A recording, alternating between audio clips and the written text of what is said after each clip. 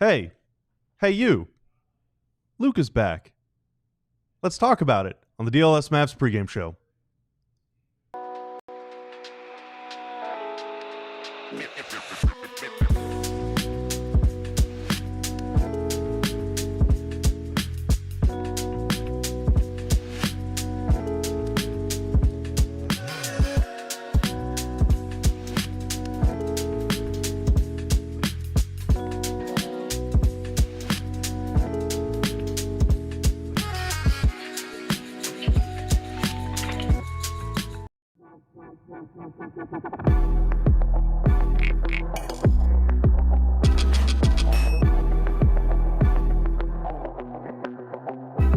It is a good day, as always, to be a fan of the NBA, to be a Mavs fan, too. Welcome to the DLLS Mavs pregame show. My name is Bobby Corella. I'm coming to you live, kind of by myself, from the DLLS podcast studio. This is a really nice studio, actually. We should give it a name. I'll think about some names to give it. I am not totally alone on this endeavor, though. On the mic tonight, the fearless producer, Tanner. Tanner, what's up? Hello. Not How too are much, you? Just ready for Mavs, ready for Luka. Yeah, Luka. Well, you gave the game away. Oh, sorry, I spoiled it. That's okay. It says it in the title and in the thumbnail, and I said it in the intro. But Luka Dončić is back. Luka's back. He'll be out there on the floor tonight alongside Kyrie, Klay, and most of the rest of the team. We'll give you the injury report, so stay tuned for that. Otherwise, hey, stay hydrated, and let's get ready for some basketball. The Mavs are preparing to take on the Portland Trail Blazers tonight. You might have heard of them earlier this month. They shot the absolute heck out of the ball against the Mavs, and we're going to try and not have a repeat of that instance tonight. Here's a little bit of statistical backstory for y'all. Hopefully you're having a great evening, by the way. The Mavs are 2-1 in the post-NBA Cup layoff. This is their third of a four-game homestand, which culminates with the Christmas Day matchup against the Minnesota Timberwolves. In those three games, Klay Thompson averaging 22.3 points per game on 60, 50, 85 splits. That is not bad. Quentin Grimes in that same stretch averaging 15 points a game on 53, 50, 87 splits. That is also not bad. Leave a like if you're into the way Klay's been shooting the ball. Dallas is shooting 42.7% from three so far in the month of December, which is the best mark in the NBA by far. And now on the season, they're all the way up to number 6 in the league. This is a team that started really slow from beyond the arc, but now all of a sudden they are knocking on the door of the top 5. They are, however, the 22nd ranked defense in the month of December at 114.6 defensive rating. That is worst among the current top 6 teams in the West, in either the West or the East. But some of that is due to sheer bad luck. The games against the Blazers and the Warriors featured some of the best shooting of all time. Dallas opponents are shooting 4.2 points better than their expected effective field goal percentage based on shot quality during the month of December. That's according to Second Spectrum, which is the fifth most unfortunate mark in the league during that time. Portland, meanwhile, Tanner, what do you know about Portland? I went there last year. It was fun. Oh, you mean the basketball team? I don't know. No, it's a great city. It's a good city? And yeah, they're not a great team right now. They're not playing their best right now. Yeah. They might be trying their hardest, but the results are not being Maybe. reflected in the standings because in the month of December, the Blazers are just 1-7. Their lone win was a 126-124 victory against Denver. Portland during December is 18th in offensive rating, dead last in defensive rating, and their negative 13 net rating is 29th in the league, better than only Washington, who is minus 13.4. So this is a bad basketball team right now, folks. And if you take away that December 1st game against Dallas, when the Blazers shot 58% from three, Anthony Simons in December is 28.8% from three. Shaedon Sharpe, 27.3% from three. Toumani Camara, 27.6% from three. Those three guys combined to shoot 13 of 21 from three in the game against Dallas. Finally, Donovan Clingan is back for the Blazers. He missed the first game earlier this month between these two teams. In his last 4 games, he's averaging 6 points and 6 rebounds. He's playing a shade under 15 minutes a game because he cannot stay out of foul trouble. He's had at least 4 fouls in 3 of those 4 games. So there you go. Mavs are going to win, right? Let's ask Tim Cato. Tim, there you are, joining live from American Airlines Center, the best dang Mavs beat writer in the world, Tim Cato. Tim, how's it going, man? Hello, Robert. Are you lonely in the studio there? How are you guys? How are you and Tanner holding up? I think we're doing pretty well. We got Tanner. Tanner and I are hanging out in here. Starch Crew's here. So Yeah, we got Starscrew's friends. there. They're Oh, that's recording not too some bad, content. I hear Luds waxing about some hockey stuff. I don't really understand it. You should have brought them in to be your co-host. Honestly, we should have. Depending on how this game goes, maybe we'll just do a joint post game. So Luka's back tonight, Tim. What does it mean? What does it mean? It means that all is right with the world. I don't know. I mean, quite frankly, it's important. He's getting a little close based off where we are in the season to that 17 game mark where he's not eligible for NBA awards. That is not the most important thing to the season, but Luka not being eligible for awards does not mean good things for the Dallas Mavericks because I don't know if you guys have heard this. He's their best player. He's one of the best in the league. Jason Kidd said, maybe he could be rusty, but looked pretty good against Portland here, a week and a half, 2 weeks ago. So did the entire Portland team when it came to three-point shooting, but that's neither here nor there. But yeah, he looked pretty good there, and he's back. I was watching him pregame, go through his warm-up routines. I would say he was missing a little bit more than usual, but he also said short twice on shots he swished. So I'm going to leave that to you to interpret. He's got very poor feel whether for the that game. means anything. Is that what you're saying? Am I saying what? Just very poor feel for the game. Maybe it's that. Yeah. It's he's lost it all. He's lost it all ever since his last injury. Well, it'll be good to have him back. Obviously, him and Kyrie and Klay. Man, Klay's shooting it great right now. Kyrie had a bit of a rusty, I would say, first half against the Clippers. I think he started 1 of 9. Hopefully Luka doesn't have a similar level of rust because despite the quality of competition, this is pretty much the Mavs' only easy game, I would say, for the next couple weeks. I don't know if you've seen their upcoming schedule, Tim, but starting Christmas Day, it gets awfully rough through virtually the entirety of January. They will meet again, the Mavs and the Blazers, this weekend, but that will be on the second night of a back-to-back in Portland. So for everyone that was crying load management whenever Kyrie and Luka were out with actual injuries, maybe you can renew those tears again this weekend if one or both of them miss that game. But it does seem like, based on the fact that Luka missed multiple games, that was like a real injury. How's he feeling? I mean, I don't know. Was he moving all right in his warm-up? Is he looking like Luka? Yeah. He looked. Why didn't you ask him? Fine. Go out on the floor, find out. I think that the relationships and friendships I've built with various Mavericks security personnel is not strong enough to withstand me hopping onto the court to ask Luka how he's doing. As someone who claims to do some gonzo journalism, Tim, you sure do know how to follow the rules. Yeah, it's in a matter of self-survival. I see. Yeah. Elsewhere, one of the other Mavs superstars, he's encroaching upon some history. Klay Thompson is just 6 threes away from passing Reggie Miller. You might have heard of that guy for 5th place on the all-time threes made list. Right now, Klay has made 2,555 of those things. Reggie made 2,560. I guess there's a chance Klay gets there tonight. What do you think, Tim? I mean, as Jason Kidd said in his pregame, man, Reggie's falling fast.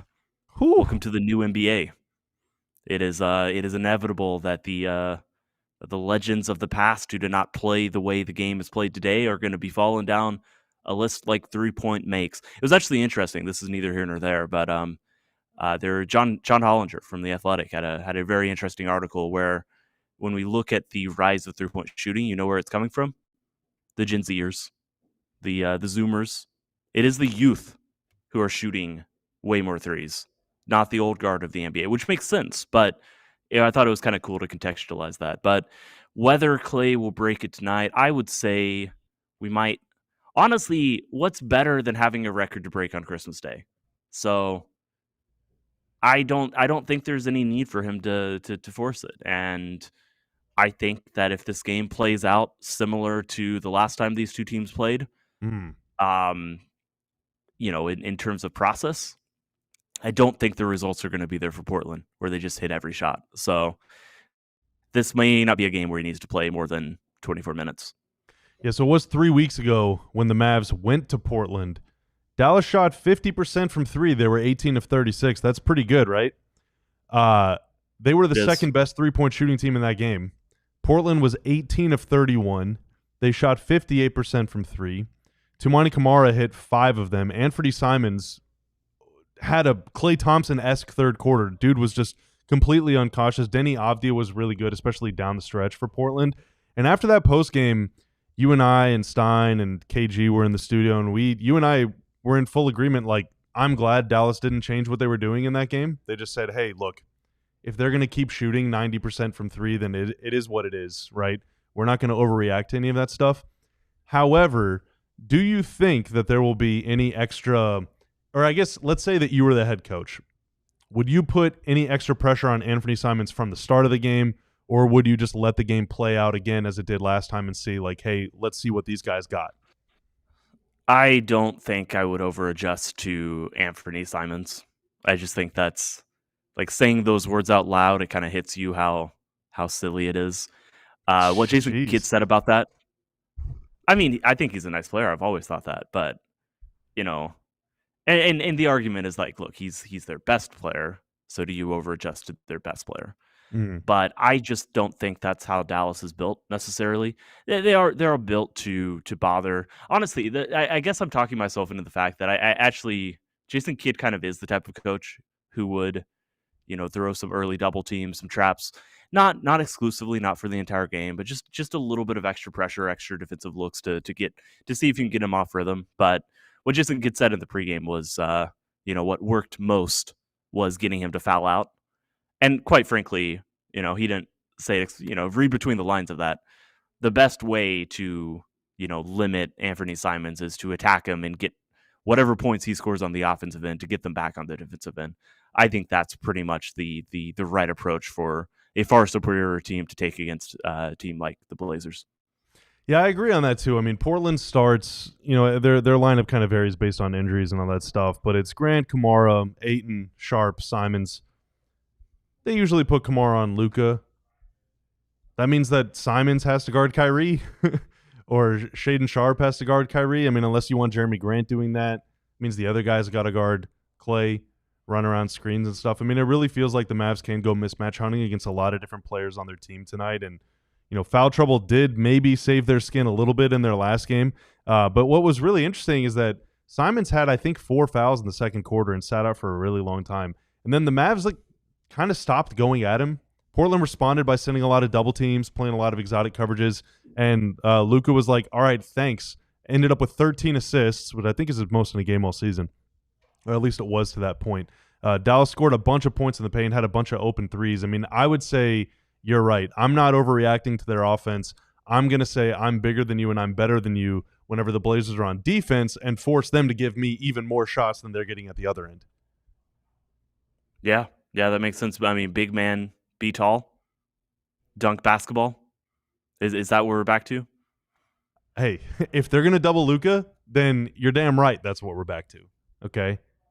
You were damn right. Yeah. I mean, it's that simple. You know, it's if that's how they're going to play, then that's Dallas' strategy. They know that that's the way that they kind of they set up going into all these games. And so, you know, Luka can't misjudge how short or long his jump shots are if he is just passing to an open big man. Coming up next, we're going to talk about some of the smaller players.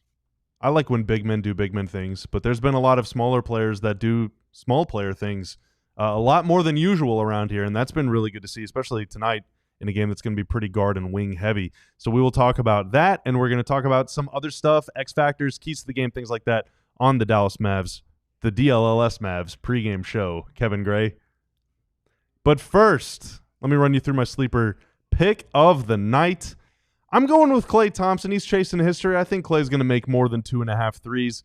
Looking a little further down the list, I think Jeremy Grant's going to score more than 13.5 points. That seems really low to me, so I'm going to go all aboard the Jeremy Grant choo-choo train.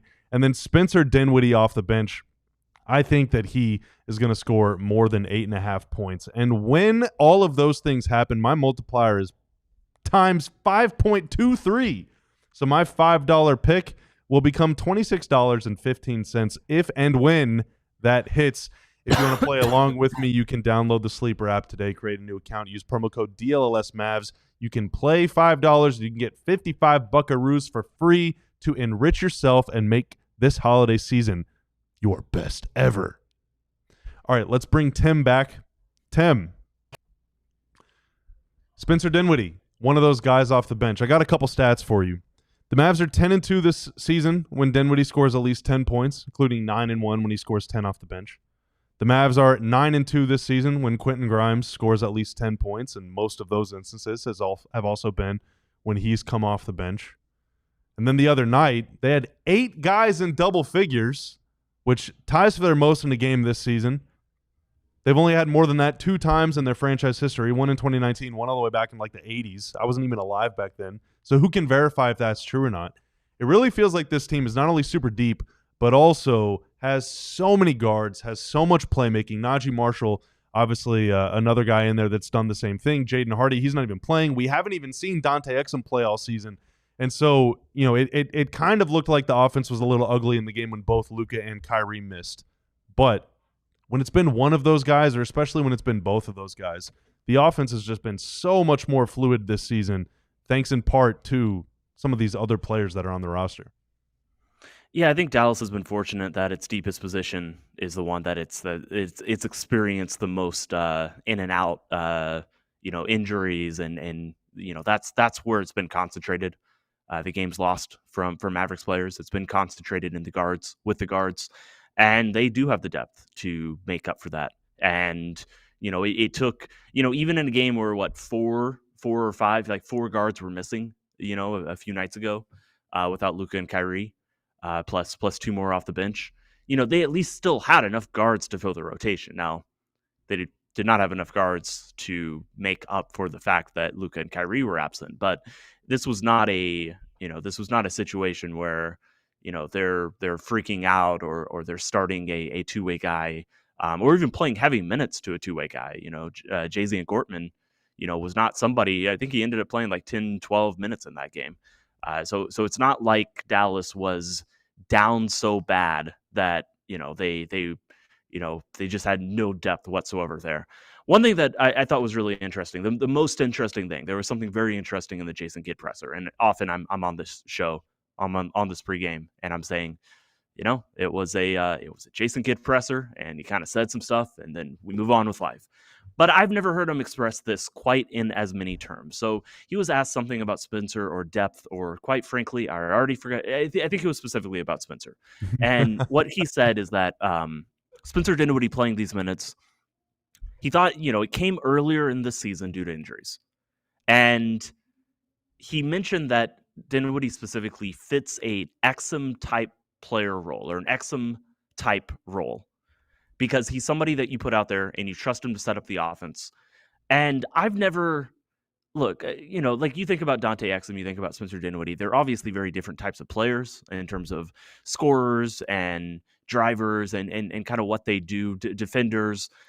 But I've never heard Jason Kidd, or this was at least the first time I've heard Jason Kidd describe Spencer in that Exum archetype, where, we've talked about Grimes and how Grimes was closing a game, I think the last game, right? Yeah, he was closing the last game, closed the last 5 minutes over Quentin Grimes. Quentin Grimes is not a set up your offense type ball handler, point guard, kind of like a point forward. Maybe he's not your capital P, capital G, but he is a point guard, maybe lower cases. And that's clearly how the team, and it is how the team views Dante Exum as well. And for Dinwiddie to be compared to that role, I thought really jumped out at me for 2 reasons. One is that, the implication there is that he's replacing Exum. And so first off, I will not rush ahead and think, Exum's going to have to fight his way back into the rotation. It's quite possible that Exum is even preferred to this role. But the second is just kind of the delineation of the guards, where, Dinwiddie is behind or currently ahead of Exum because Exum is injured. But those players serve a specific type of role when it comes to this wide range of guards. I would say Jaden Hardy, if you're to look at Jaden Hardy, he's probably behind someone like Quentin Grimes. That's the role that he fits more closely. So that just stood out to me in kind of a to get a further understanding of how Jason Kidd and the coaching staff view this rotation. I thought that was insightful. One of the underlying, I think, silver linings of this whole deal is because there have been so many injuries, and the games where it's been 3 or 4 guys out, there's no silver lining to those. But a couple guys out, or one guy misses a week or whatever, everyone's getting the chance to play. Everyone is getting a chance to build a little bit of rhythm, familiarize themselves, build a little bit of confidence and all that. And so that makes the vibes very good, whenever everyone is clicking. Elsewhere, vibes in Minnesota, for example, they're not so good. The Wolves last night, after their last game, and Edwards nearly had a meltdown about the officials. That's on the heels of them losing to the Knicks by 26. Now they're down 19 in the first quarter against Atlanta, 35-16. The Mavs have them. What's that? Vibes are bad in Sacramento. Oh, they're terrible. Vibes are bad in Denver. New Orleans. Denver's won like 4 out of 5, and the DNVR Nuggets show is like, I want these guys to not be a team anymore. So it's just it's a night and day difference, man. Things are really good here. Now you got to keep winning, obviously. Got to keep playing well. Got to try and stay healthy at the end of the year. But this has been a dream start for the Mavs, all things considered. All right, let's run down the injury report real quick, and then let's get to the keys to the game. Injury report for the Mavs. Luka, he's available. Jaden Hardy still out, right ankle sprain. Dante Exum out, right wrist surgery. Brandon Williams out, right thumb sprain. So we got an ankle, a wrist, and a thumb all on the right side. Somebody needs to do some investigating to figure out what's going on with the right sides of these guys' body. For the Blazers, Delano Banton, he is available. He was listed as questionable earlier today, left hip contusion, but he will play. Robert Williams III, the Time Lord, is out with a left ankle sprain. Matisse Thybulle out with the right ankle sprain. Bryce McGowan's, Justin Minaya, and Mavs Summer League legend Taze Moore all are out there with the G League team. Tim, can you name the Trailblazers? Wait, G I thought League you affiliate? said they're out. They're with the Blazers, or are they not with the Blazers? They're with the G League affiliate. Oh, okay. Do you know their G League team? I just assumed you were referring to the Blazers. Ouch. Okay. All right. That's actually really harsh. This is a better team. There's a couple of teams in the NBA that, The Blazers have a lot of talent. You take that back. Take that back right now. Walk it back. they're the A League. All right, that's pretty good. It's the They're Rip an City A-League remix, team. by the way, for those who are curious. I heard some of you yelling it at your screens. X factors and keys to the game. Number 1, Tim, Daniel Gafford. All right. You were talking about on the last show their we win if stats. If we stats. Well, the Mavs this year, they're 2-5 when Gafford scores less than 10 points. They're 15-5 when he scores more than 10 points or 10 points or more. They're 5-6 when he doesn't block a shot. So when Gafford scores and blocks a shot, when he brings the juice, they win. And there's a rookie big coming off the bench across from him tonight. Now, Donovan Clingan, a very good player. But you can bet your bottom dollar Daniel Gafford's going to try and go at him. And also Gafford does maybe have the juice to outwork Ayton as well. So I think Gafford could be in for a really big game tonight. I like him outworking Ayton. I like that possibility. Clingan is good. He's really good. And he can shoot and stretch fives. Give the Mavs problems. Right. Now I think they're gonna dare him to shoot a little bit, but yeah, no, I agree. This is Clingan is a good player. I really think that he is progressing in a really effective way. But on the flip side, Daniel Gafford, you're a 7-year vet of the league, something like that. This is a matchup that you should, teach a kid a lesson to an extent. So absolutely, he's when Gafford is going, it's always good for the team. Sometimes, depending on matchups, it's a little bit out of his control. But this is not one of those matchups. This is not a matchup at all where I look at it and say, well, it's not Gafford's fault if he's not able to be effective. This is one where they need the rim pulling down, the ferocious yells into the how many cough drops do you think this man has after a good game? Oh my, got to get him a sponsorship. Yeah, it's got to be the bigs in general though, Tim. It's not just Gafford, because here's the deal: your we win if, or the Mavs if we, I forget what you call it. Your Mavs stat. Well, it wasn't my term anyway. It was if we, but it wasn't my term. Okay. We win if works just as well for me. So the term that you stole, The Mavs are virtually undefeated whenever they rebound at least a quarter of their own misses. Well, Portland is dead last in the NBA in defensive rebound percentage. They rebound 2 out of every 3 of their opponent's misses. So It's a the really bad Mavs number. need to get some second chances. They only had 8 offensive rebounds and 3 second chance points total the last time they played the Blazers. That's part of the reason why that game was so close. But, Gafford, again, that's him. That's also Derek Lively. That's also PJ Washington. That's also Najee Marshall. That's also Maxi Kleba. Like anybody, if you're like 6'5" or taller, go to the rim. Get an offensive rebound, but especially the 2 big men. Yeah, I mean, this feels like a game where there's no reason why Dallas should ever go more than a possession or 2 without scoring. Like honestly, like shooting 50% for an entire game, that's a pretty doable thing. But if you include, shooting 55% against a team like this, that seems doable. And that includes missed shots and then rebounds where you then score on them. So if you take out the initial missed shot, that's pushing, just the final shot of every possession, offensive rebound, second chance points included. That's pushing 60, 65%. Like you should be scoring on far more of your possessions than you're not. Go get second chance points, go create, good, consistent looks. Don't turn it over. I think with Luka and Kyrie both out there and available, there's not much of an excuse against a team like this to have, much more than 10, if you're starting to get past 10 turnovers, like that's a real sloppy night. So yeah, I think this is a game for the offense to be very, very dominant.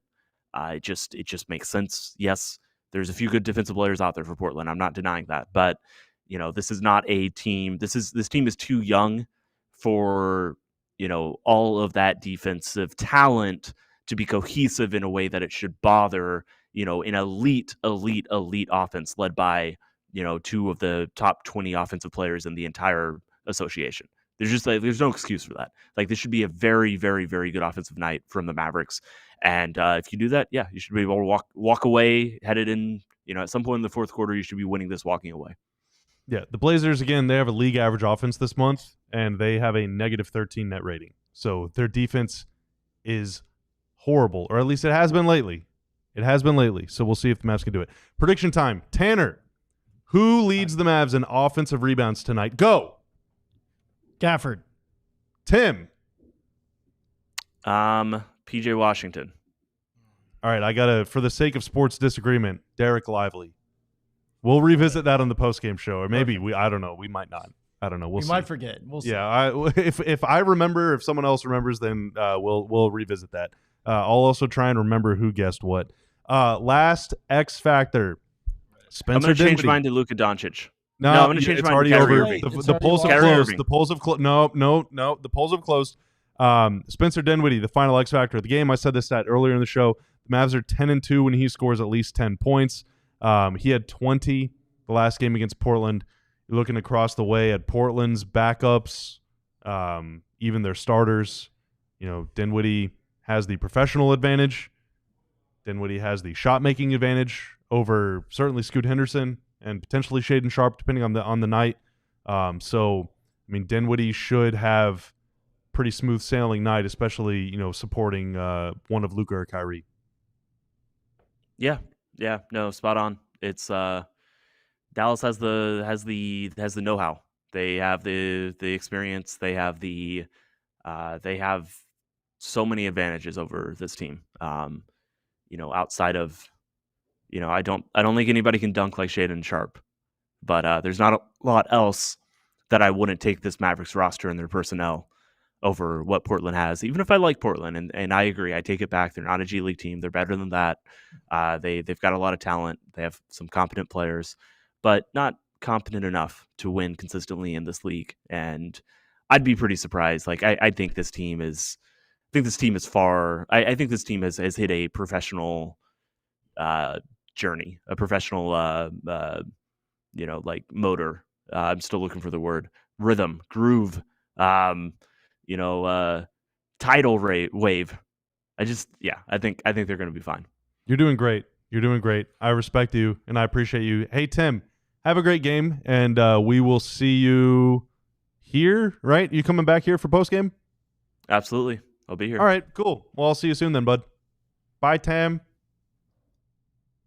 Hey, that'll do it for us here on the DLLS Mavs pregame show. Hope you enjoy the game, but more importantly, I hope that you remember that about 10-15 minutes after that final buzzer sounds, we are going to go live again for 1 hour from right here in the unnamed DLLS podcast studio. Tim will be flanking me. I'll be here. I don't know. I'm going to rearrange the desk. Oh, okay. Well, I'll be somewhere. Tim will be nearby. Mark Stein will also call in remotely. Tanner will still be on the mic, as you've heard. Right, Tanner? Yeah. Okay, all right, cool. Okay, all right, thank God. Sorry. All right, yeah, that'll do it for us. Hey, if you enjoyed the show, please hit the stream with a like. It would really help us a lot. And if you're unsubscribed, go ahead and subscribe. It would be great. I think it'd be really funny if you subscribe to this channel. It would be awesome. Until then, though, hope you enjoy the game, and we will see you for post-game right here at DLLS Sports. I'm Bobby. He's Tanner. That was Tim. You're awesome, and we'll see you again very soon. Bye. We all silly like the mayor.